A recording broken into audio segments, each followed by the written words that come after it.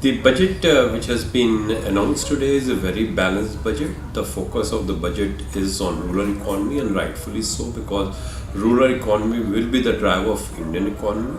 The budget also recognizes the two main challenges faced by the country, which are unemployment and dwindling returns to the farmer. And from that perspective, exports becomes very important because export provides a way to increase the farmer incomes also and generate employment also. If you look into the export sector, the good news is that the world trade is growing, and therefore, since India has always been above the curve, we can look at massive growth in exports. But that to happen, the export needs to be made competitive.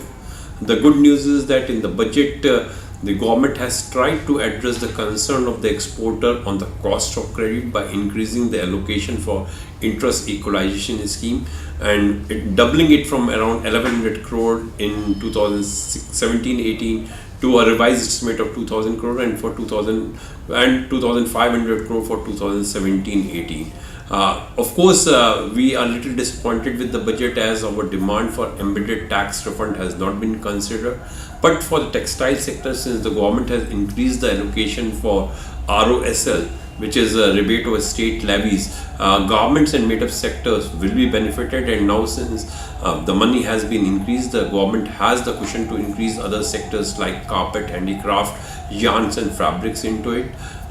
Since the budget is also focusing on the logistics, and logistics cost of Indian export is pretty high in the world, we are hoping that the announcement which are made in the budget for increasing allocation for different segment of logistics, the electronic payment facility at the toll gate coupled with the GST and e-way will help us in reducing the logistics cost.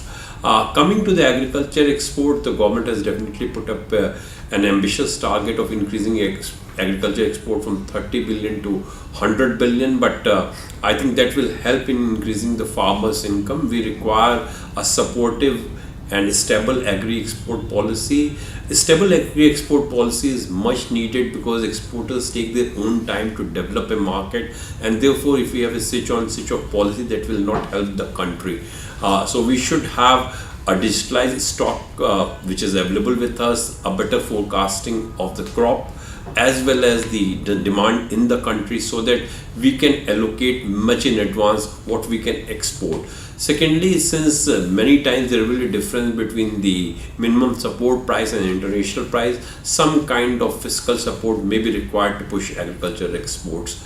But since the government is putting a lot of money in the backward and forward linkages on the logistics in the agriculture sector, I think these will definitely help in boosting the exports of the agriculture sector.